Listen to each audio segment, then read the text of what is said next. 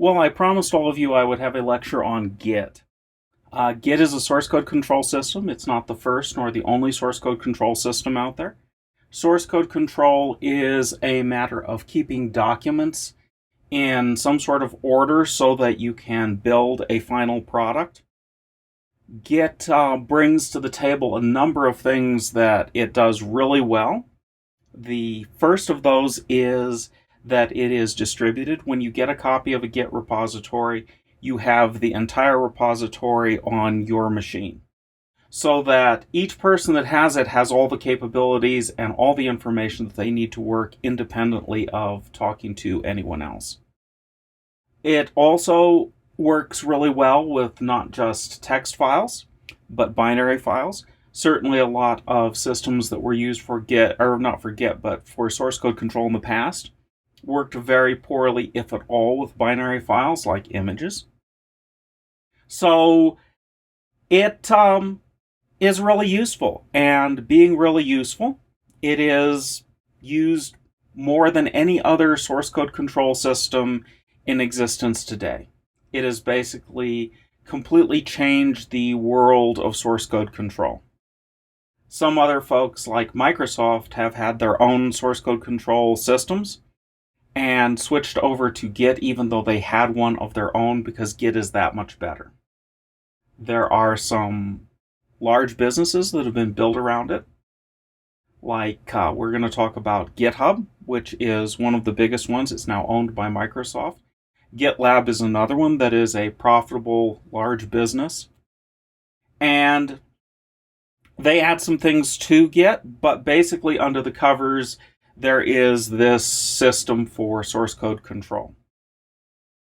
Now, when I talk about source code control, we're talking about a system that maintains changes and differences between files over time so that you can see what those changes are, track them, build old versions of stuff, build new versions of stuff. That is it. And source code control also provides a historical track of how all of these things are put together.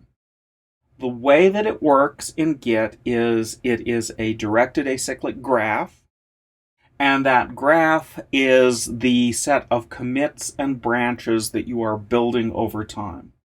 Underneath the covers, there is an index with a bunch of references and all the changes you've made to files. Git manages to do this. It is absolutely amazing. I use it on a daily basis. Now, we talk about branches, and a branch means that you've got an original main trunk that we call master, and you've got some other named set of changes. For instance, you might have a customer, and that customer has found a defect in your product, and you have to fix it for them. And so you go to version 1 of your product, and you create this branch customer patch 0001. And on that branch, you make the changes. Now, as you're making these changes and testing them, you're going to want to roll the set of changes for version 1 out to the customer. But at the same time, you probably want those changes for other customers. But while you've been working on this particular set of change, somebody else, or maybe you, has also been working on the next version of the product. So now we have these two things that we have to take at the end, and you want to take your changes over here in one corner of the product plus the new changes in some other location in the product, and you want to merge those two together. And this is a system that allows you to do that very effectively. In fact, if the changes don't overlap, if you haven't changed the same lines of code in two different ways, it will just let you merge them happily together. And if they do overlap, it will give you a nice way of looking at the differences and deciding how to manually combine the two. In usually decent-sized pieces of code, merging where they actually overlap and produces a thing called a merge conflict is reasonably rare. So it works pretty well at maintaining these. Now, lots and lots of times you want to maybe, in your development process, create a branch, work on it, and you'll find out that no, this is something that's a dead end. And you may want to keep it there for historical reasons, for documentation, for this is what I tried, but it didn't work, but you don't want to merge it at all. You don't have to merge things together. It also allows you to track who made changes to code. Now, you go, why do I care? There are plenty of legal reasons. For example, HIPAA for medical software in the United States legally requires this. At my last tracking, I have found 14 laws that to some degree either legally require it. The highest standard is HIPAA. But as a developer, if you don't track who made changes to code for software for medical uses, that is actually a federal crime involving a felony, and you can be sent to prison for it. Not only do you need to track it, but you need to track it and guarantee the accuracy of that track. And guaranteeing the accuracy is one of the things that Git does. Git is an immutable data store, like a blockchain. And the data structure underneath it guarantees that whenever a change is made, it is virtually impossible to fake that change. But it also provides the ability to do digital signatures on every single change. And when digital signatures are applied in conjunction with this, you have basically a legal proof that the person making the change was authorized to make the change, and who made it and how it was done. So the signatures that it uses are PGP signatures, and it's a nuisance to set these up, so we're not going to do it in class. But it does have that capability, and when you're working on software that's commercial software for insurance companies, for banking, for healthcare, all of these things for actual software that's going to be used, it's going to require basically these signatures for legal reasons. So these things are both important and legally required. If you are working for stuff that's going to go into Europe to meet GDPR, you also have stuff in GDPR, the European data privacy stuff, that requires that you have provability of authenticity of changes. So it would also require this kind of stuff. The California Data Privacy Act doesn't require this, it just has data privacy in it. So a lot of software these days is going to legally require it. The reason I picked out HIPAA is because HIPAA is one of the few laws, although there is another here in the United States, HIPAA is one of the few laws that you as a developer are legally liable for doing this.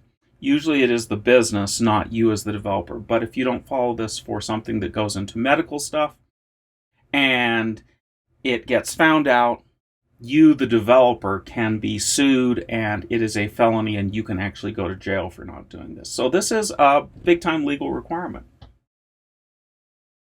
Now, Git provides some unique capabilities. It works on a distributed environment model. And Git is really the first source code control system that works on this. All the source code control systems before Git basically assumed that, you're working in a business, the business is a monolith, there's a central server, and the central server is the begin-all, end-all of your source code control system. And that's the kind that I learned originally, but as soon as I understood how Git worked, I knew that this was going to be the way that people would do this, because one of the big problems with the central servers was always, oh no, the server is down, or something is broken on the server. And the entire development team, quality assurance teams, and half of your marketing team would all suddenly come to a screeching halt. And that was a bad thing.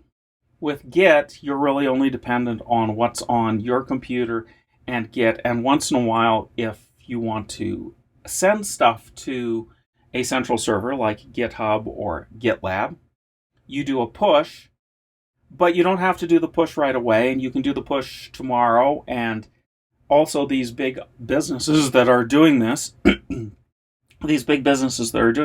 are pretty darn reliable. They're very good at not being down and not being out of sorts with this.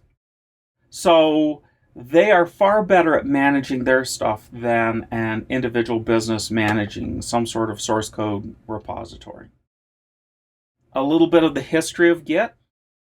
It was developed by Linus Torvalds, the same person who built Linux. And he was using a different system called Mercurial, which is also, I think, a decent source code control system, although now it is more a part of history. And he also was using another system called Bitbucket, and one of them changed their licenses, And this made him mad, so he just went out and said, okay, let's actually figure out what it would take to build a completely new system from scratch that is well designed, that does all the things that we need to do for source code control. And in conjunction with some other developers, he designed and built the system from scratch to do this. So, how does Git work? To create your own repository, you don't really need anybody else. You don't need to have one of these other systems or have anything else just on your computer.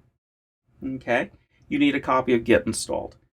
Git has lots of assumptions about having a real shell as opposed to PowerShell on Windows.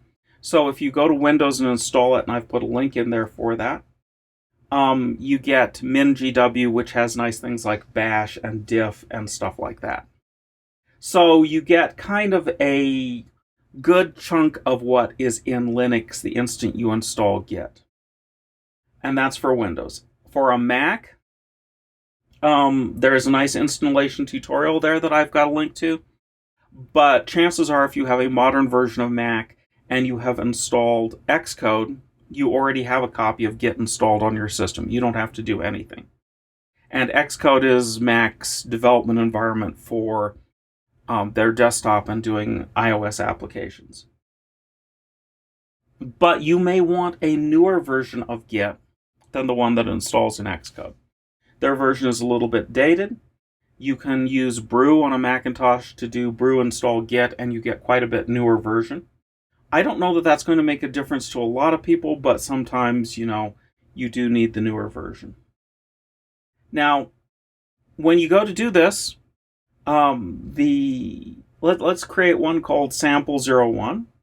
You just have to make a directory. You change into that directory, and you do a git init dot. And this will create a local Git repository. That's all it takes. I mean, it doesn't have any files in it yet. You have an empty repository, and we're going to add some files to it and walk through things. But basically, that's it. Now, if you were to take the stuff in that directory, even after adding files, and just take everything in that directory and give it to somebody else, they would have all the information and all the setup that you've done and all the stuff with Git. There's a directory in there called .git, and sometimes some other .git files like .gitignore, but that .git directory is the whole thing.